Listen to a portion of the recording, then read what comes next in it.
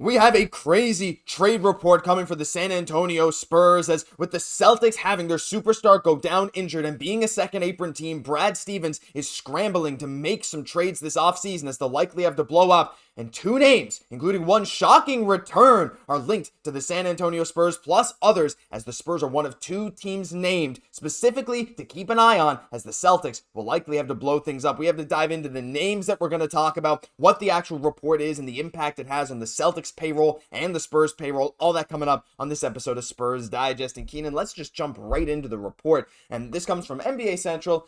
Per Mark J. Spears, the Rockets and Spurs are teams to watch if the Celtics trade core players. Two teams I'm keeping an eye on for a couple of these guys, perhaps. One is the Houston Rockets, and another team is the San Antonio Spurs. Now, Keenan, just to give some context, looking at the Celtics payroll, I think any fan can look at this and say, wow, that's not going to be affordable. A $227 million team next year with Jason Tatum likely missing most, if not all, of the season with that Achilles tear. So brutal for him. But there's been talks already, even before this playoffs game, of them likely having to blow some things up to make this team even affordable, especially after Tatum returns, because his contract jumps up by $20 million next year. First of all, before we dive into specific names, what do you think the odds are that the Celtics will have to move some of their key guys? It's not if, it's when. Yeah. That still should have been. Obviously, he has to report it as if because, it's not a formality, but it's really when. One, they're going to lose in the second round, most likely, unless they can pull off a catastrophic comeback Yeah. and the Knicks blow it, but it's really when.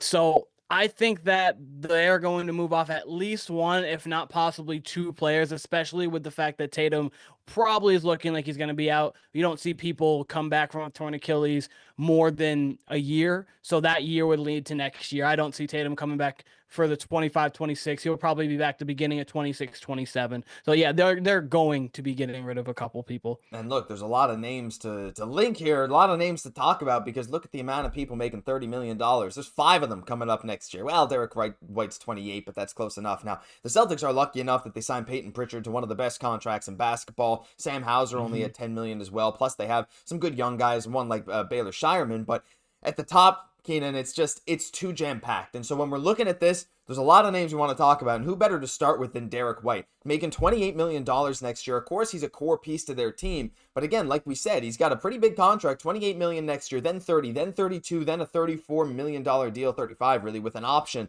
And you also have Jrue Holiday until the end of 27, 28. So these are two guys I think we can sort of link together. They play similar roles. Derrick White, at this point, I would say is the better player. Hard to say one way or the other. Both incredible two-way talents. Derrick White being unbelievable from three. And when we're talking return to the Spurs, Keenan, we're talking fit, I think this is the guy we got to talk about first. Again, I know Dylan Harper could very well be drafted with the number 2 pick. And if we don't trade it for Giannis or KD or whoever it might be, please not KD with the second overall pick.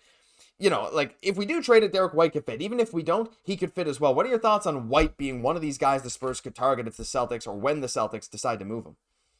Derrick White is 6'4" with long arms, can play the 1, the 2, the 3. So if you did, theoretically, we kept the 2 and we traded for Derrick White. You could go lineups with Fox, White, Castle, Fox, Harper, Castle, whatever you wanted to go with. Derrick White could fit in at a 1, 2, or 3. He can stretch the floor well. He plays bigger than his 6'4" frame actually is. I think that Derrick White would be the ideal player for this roster. I talked about this even before the Spurs had the 2 pick. I think Derrick White fits everything we do perfectly because he shoots at an elite level. He's already been in the organization and knows exactly how things go by on a day-to-day basis. Plus, he also plays for a Celtics organization that runs similarly in the way they operate to the San Antonio Spurs. All of that there, Derrick White would be the ideal fit for what the Spurs are wanting to do. Veteran, championship leadership, still only 30, elite shooting, elite defense. He would fit every team, and he would fit our team perfectly. So my only worry about a guy like Derrick White and a guy like Jrue Holiday, who I'll bring up as well, again, consistently all defense, still 6'4", long arms, 4 years older though, contract almost as long, numbers are not quite there, shooting percentage is going down.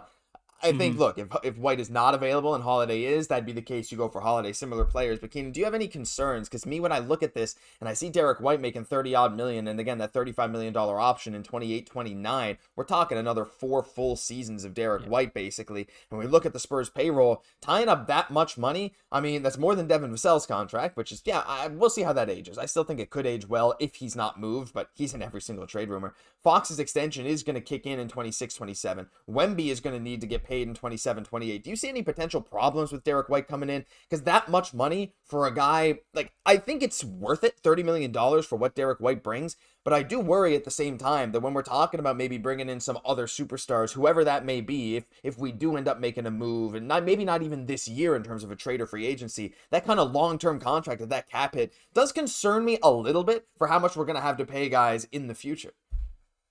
Yeah, so Derrick White, if we're getting Derrick White, we have to operate under the idea that we're not going big game hunting. So I would do the Derrick White after, if the Giannis sweepstakes goes and Houston ends up with Giannis, and then Kevin Durant, you don't have the greatest deal for them, or even you honestly could do a Kevin Durant deal with Vassell, flip that, because Kevin Durant's how his contract is going to expire in a couple years, but that's besides the point. You would have to see what's going on. And honestly, in every trade, I still think Vassell's the odd man out. And I honestly think if we weren't going to trade anything, Vassell's still the odd man out, because Dylan Harper is the clear number 2 in this draft. Like, Ace Bailey probably fits what our team a little bit more as of this moment in time, because of the fact that he plays the wing. And draft best player available. I don't care about fit, this bro. This guy's better. This guy's just better. Yeah. So, like, he's compared to Cade Cunningham. He has that kind of game. He plays at his own pace. He fits great, and he could even fit this team great. I understand you'd have a couple guys in Fox and Harper who kind of do the same thing, but you could figure it out if you know basketball, and the Spurs clearly do. But I think Vassell's going to be the odd man out now that we have the 2 pick, and regardless of what we do, and especially in a Derrick White trade, I think he would at some point get moved. Yeah, it might be a 3-team deal, because the Celtics obviously wouldn't really want to take that back, but if the Spurs can make room, it makes a lot of sense. Let us know your thoughts on that down below. And also wanted to say, another reason he's compared to Cade Cunningham, I mean, look, you see number 2, you see the hair. I mean, that's just, who else do you think of, right? Like, I'm just watching these highlights. And anyway, but look, Derrick White, Drew Holiday, some options. Let us know your thoughts on those guys. There's one name I wanted to mention very briefly, Keenan, before we dive into KP, and that's Luke Kornet. Now, he wouldn't be available for trade. He's UFA. I mentioned him in a video before. I want to get your quick thoughts and the fans' quick thoughts before we move on to the big one.